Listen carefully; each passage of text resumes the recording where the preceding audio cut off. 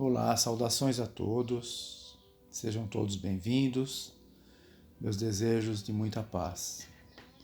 Nós estamos vendo então o capítulo 5º do livro Missionários da Luz. Nós paramos num ponto a semana passada em que o André Luiz e o Alexandre estão fazendo observações dos médiuns saindo da sessão espírita, né? Já na via pública eles estão fazendo essas observações e o Alexandre está levantando a importância da modificação moral para poder ter uma mediunidade com mais equilíbrio, mais equilibrada, né? E ele está falando isso para André Luiz, que nós temos que nos melhorar, apesar de estarmos ainda na matéria, na carne, né, encarnados. A nossa preocupação deveria ser de mudança íntima, mudança moral, para podermos equilibrar a nossa mediunidade. Então, nesse ponto que nós paramos, eu vou retomar a leitura. Ele diz assim: não poderíamos contar com uma boa mediunidade sem a consolidação dos nossos bons propósitos e para sermos úteis nos reinos do Espírito.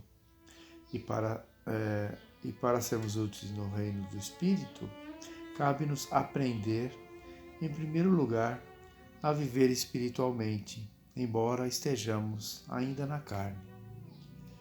A resposta que constituíra para mim valiosa surpresa não provou maior interesse em ambos os interlocutores, quase neutralizados pela atuação dos vampiros habituais. Mãe e filho deixavam perceber funda contrariedade em face das definições ouvidas. A palavra da menina, cheia de verdade, cheia de verdadeira luz, desconcertava-os. Não tem você bastante idade, minha filha, exclamou contrafeita a velha genitora. Não pode, pois, opinar neste assunto. Ele lembrando aqui que é a mãe, né? A mãe, o filho e a filha, os três, saindo da casa espírita.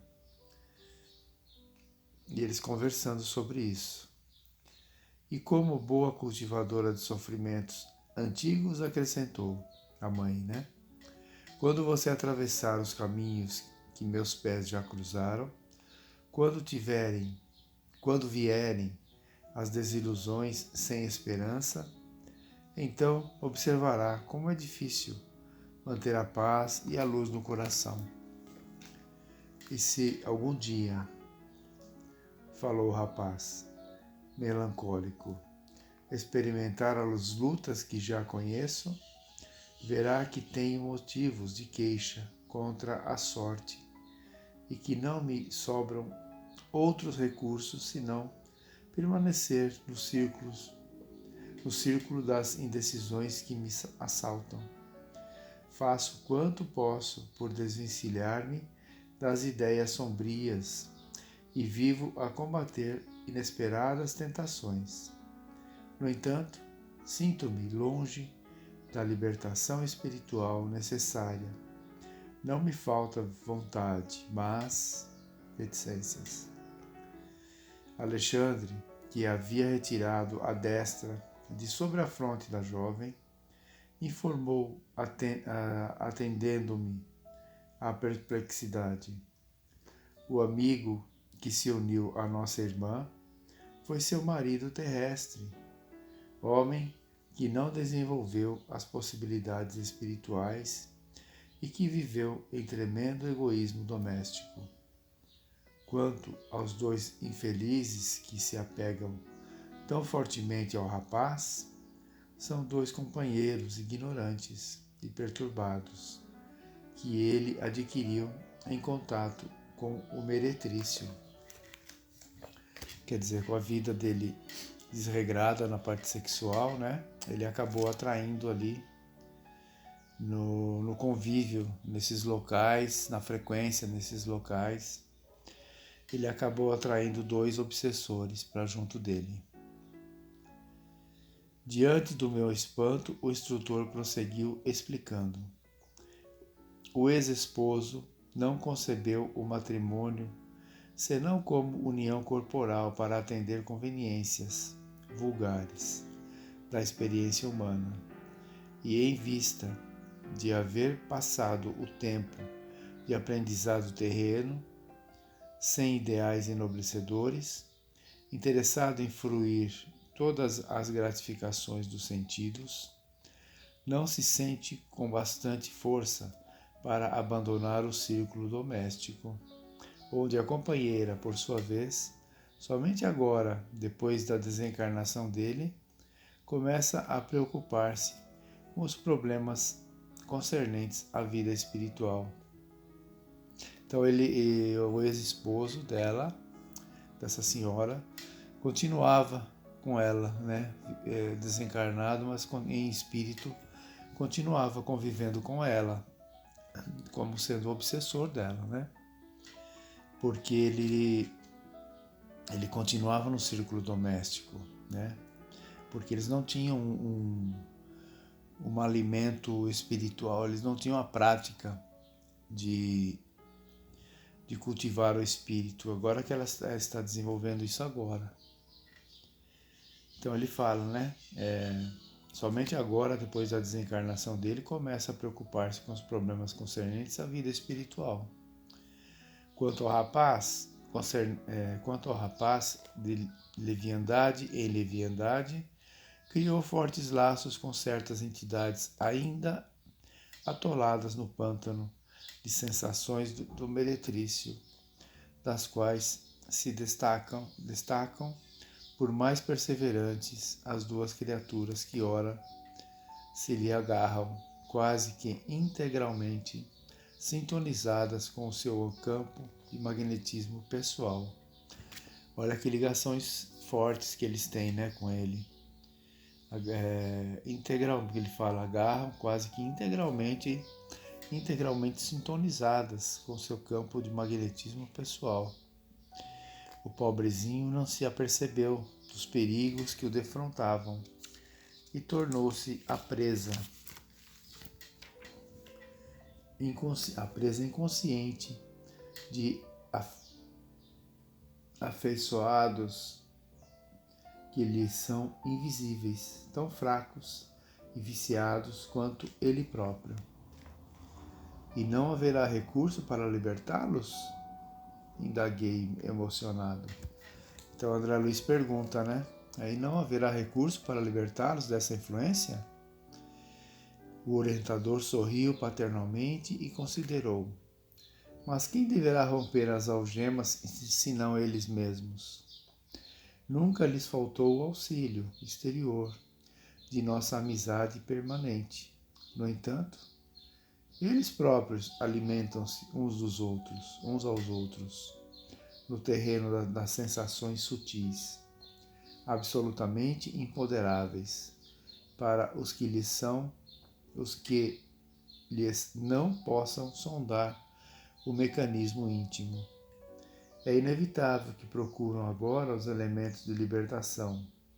Aproximam-se da fonte de esclarecimento elevado, sentem-se cansados da situação e experimentam efetivamente o desejo de vida nova.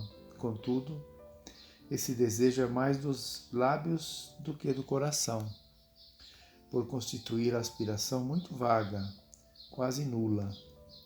Se de fato cultivassem a resolução positiva, transformariam suas forças pessoais, tornando-as determinantes no domínio da ação regeneradora. Esperam, porém, por milagres inadmissíveis e renunciam às energias próprias, únicas alavancas da realização. Mas não poderíamos provocar a retirada dos vampiros inconscientes? Perguntei. Os interessados, explicou Alexandre a sorrir. Forçariam, por sua vez, a volta deles. Já se fez a tentativa, que você lembrou, no propósito de beneficiá-los de modo indireto. Mas a nossa irmã se declarou demasiadamente saudosa do companheiro, e o nosso amigo afirmou intimamente sentir-se menos homem, levando humildade à conta de covardia e tomando o desapego aos impulsos inferiores por tédio destruidor. Tanto expediram reclamações mentais que as suas atividades interiores constituíram verdadeiras invocações e em vista de vigoroso magnetismo do desejo constantemente alimentado, agregaram-se-lhes, de novo, os companheiros infelizes. Olha só que coisa importante, né? A sintonia é tão grande entre os encarnados aqui e os desencarnados, né, os obsessores, que o encarnado acaba sentindo a falta dele, daquele sentimento dos obsessores. E o que acontece? Eles até se afastam, né? Eles são retirados pela espiritualidade benfeitora. Eles são sim retirados, mas o que acontece é o chamamento que eles falam, né? Com essa falta que os encarnados sentem, eles como que atraem novamente para junto deles aqueles espíritos. É pela falta que eles sentem, pelas sensações tão ligadas uns dos outros, que eles acabam sentindo falta e atraem novamente os obsessores.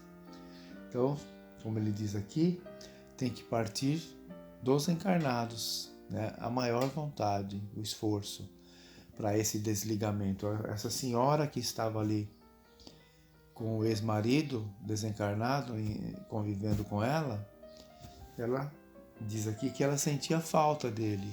Então, provavelmente esses sentimentos de falta, essas lembranças que ela tinha dele, do convívio com ele quando encarnado, é que fazia ali a atração dele para junto dela novamente. E ele permanecia ali por causa dos sentimentos dela. Ambos, né? Sentimento de ambos, mas ele era atraído pelos sentimentos da ex-esposa. Muito interessante isso. Continuando a leitura, aí André Luiz pergunta: mas vivem assim, imantados uns aos outros, em todos os lugares? Indaguei. Quase sempre satisfazem-se mutuamente na permuta contínua das emoções e impressões mais íntimas. Acaba sendo tão forte que acaba fazendo parte dos sentimentos do encarnado, né?